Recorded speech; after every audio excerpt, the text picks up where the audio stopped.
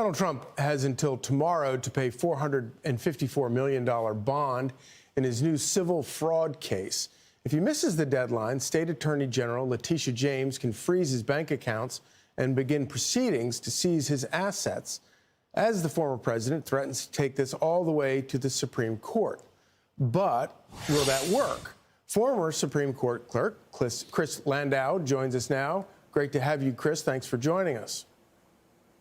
Good morning, Charlie. So tell me, I understand how all this sort of has been playing out politically, but how does this work? How is this going to work? What is this going to look like tomorrow?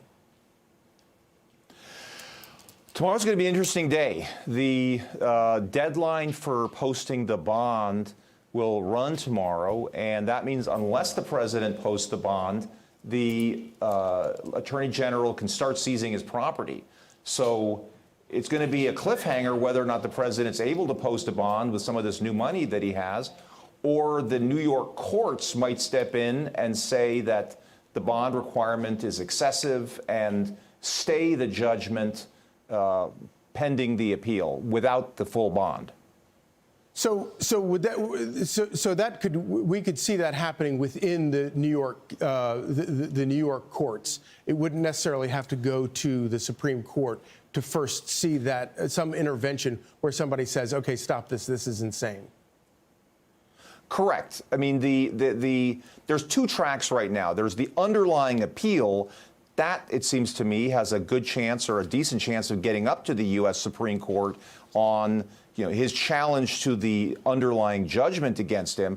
But then there's this preliminary skirmish over the bond, which would prevent, if he posts the bond, that would prevent the Attorney General from already executing on the judgment while the appeal is pending. I think this surprises a lot of people. They think that you can't move to execute a judgment while the legal process, the appeal, is going forward. That's not correct. As soon as the trial court enters the judgment, even if you're going to take an appeal, the successful party, the holder of that judgment, can start already executing on properties, notwithstanding the appeal. Of course, if the appellant wins, then they have to give back the money. But of course, in Trump's situation, it's very difficult to come up with the money in advance to cover the appeal bond. And I think that's where they want to have him, to try to take away all his cash. I'm Steve Doocy. I'm Brian Kilmeade. And I'm Ainsley Earhart. And click here to subscribe to the Fox News YouTube page to catch our hottest interviews and most compelling analysis. Russian President Vladimir Putin vows retribution for the concert hall terror attack that left more than 130 people dead. Russia observing a day of mourning for those victims. ABC's Patrick Reevell joins us now with the latest, including new video that some may consider disturbing. Patrick, good morning. Good morning, Janae. Yeah, it is a day of national mourning in Russia, where the country is really still reeling from this horrific attack. ISIS has again claimed responsibility, now releasing video. But so far, Russian officials are ignoring that, and the U.S. is concerned that the Kremlin may be trying to push the blame onto Ukraine. This morning, Russians gathering to mourn for now one of the deadliest terror attacks in the country's history. Large crowds laying flowers outside the concert hall where over 130 people were killed. More than 100 still hospitalized, according to authorities, workers still clearing the wreckage. This new video showing the first terrifying moments of the attack. ISIS overnight again claiming responsibility, releasing its own body cam footage of the attack, ABC choosing not to air the gruesome video. Russia says it has now detained all 4 of the gunmen and 7 alleged accomplices. State TV airing video it says shows the detention by the FSB of men it claims are the attackers. But in his first comments on the attack, Vladimir Putin ignored the ISIS claims. Putin instead trying to link it to Ukraine. Putin saying the suspected attackers had been arrested trying to flee to Ukraine and suggested without evidence that a crossing had been prepared for them there. Ukraine has vehemently denied any involvement, warning the Kremlin will try to exploit the attack to cover up its own security failures. The US says it provided intelligence to Russia weeks ago that ISIS was planning similar attacks, though Russia denies the intelligence was specific. Vice President Kamala Harris with ABC News' Rachel Scott also dismissing the Kremlin allegations. No, there is no whatsoever any evidence. And in fact, what we know to be the case is that ISIS-K is actually, by all accounts, responsible for what happened.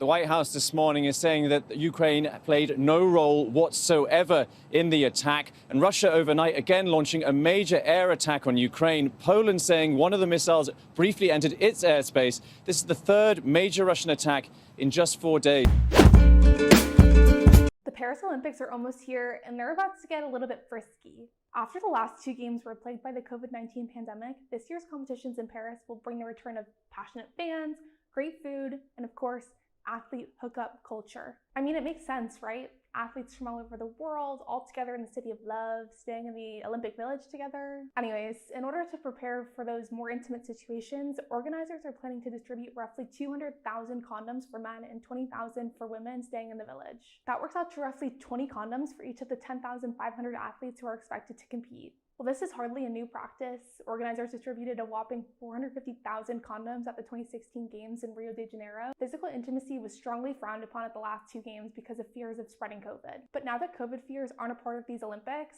the organizers are back to advocating for the prevention. You were replaced by Donald Trump's handpicked allies, including his daughter-in-law, Laura Trump. There's now this fundraising agreement, which basically means that donations go to the super PAC to pay for his legal bills before they go to the RNC. Is it appropriate for Donald Trump to ask donors to pay for his legal bills? Well, I think as long as the donors know that that's what they're doing. And so it is in the waterfall of it. It's the Save America before the RNC.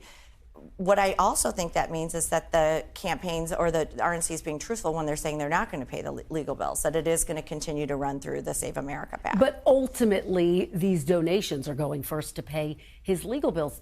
People who may be struggling in some cases to make ends meet. Is there not an ethical challenge with that? If they feel strongly to support his legal bills, then they have every right to do so. And I think he's being very open that they're helping with his legal bills. And you, of course, paid $2 million for his legal bills while he was still in office. Do you have any regrets about that? Do you think that was an appropriate use of RNC funds? You know, as a former president, as somebody who raised a lot of money into the RNC, And all of this is at stake in November. Trump tried to rip it away, affordable care from millions of Americans, including millions of young adults. And now he's doing it again. And again, we have to make sure people know. This is the Democrats trying to appeal to young people because, as you can see, their job approval numbers among young people slipping. 31% approve, 57% disapprove. I think this is a really odd message. Well, it's the 14th anniversary, it turns out. Charlie, who celebrates the 14th? There's no such thing as a 14th anniversary. Nobody celebrates. Nobody celebrates. Which reveals it is simply to try to fix those horrific numbers with young people. Right, and I can see if you're going to give them, student loan forgiveness, that's appealing.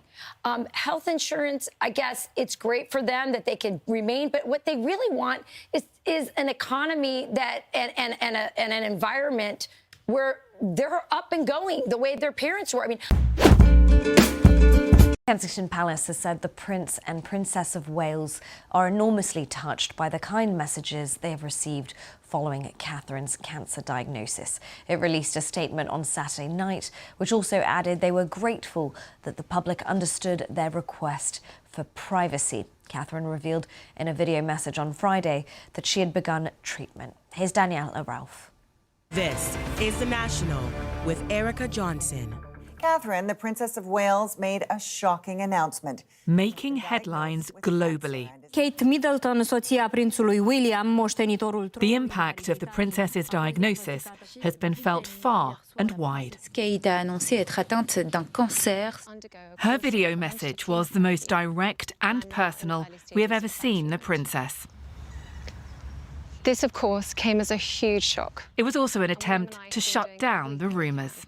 I think what the Princess of Wales is hoping is that this message will be direct enough to appeal to people's better natures and say, look, the invasion of privacy that was been going on social media for the last couple of months has just been way too much. People need to stop and think and not engage in that kind of activity going forward. And now a fresh statement from Kensington Palace, a public thank you. It said, "The Prince and Princess are both enormously touched by the kind messages from people here in the UK, across the Commonwealth and around the world in response to Her Royal Highness's message. They are extremely moved by the public's warmth and support and are grateful for the understanding of their request for privacy at this time." Family has rallied around the Princess, including those with whom relations are strained.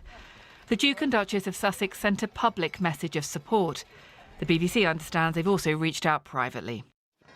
Public sympathy remains strong. We've been thinking of her all along and wish her the best. They're going through something so private and hard, and the public eye on it was really tough, to be honest. Yeah, she's got young kids, right? Yeah. And she's a human being, so I thought it was all quite upsetting. Protecting her 3 children has been a priority for the Princess of Wales. She said she has taken time to explain and reassure George, Charlotte and Louis. The new message from the Prince and Princess is both a thank you and a polite warning. They now want to be left alone. We don't expect to hear from them over the Easter holiday. Instead, we may see the King back in the royal spotlight. Christmas at Sandringham, the last full gathering of the royal family. Next Sunday, many will be back for the Easter church service in Windsor. Buckingham Palace are hopeful that the King will also be there. Daniela Ralph, BBC News.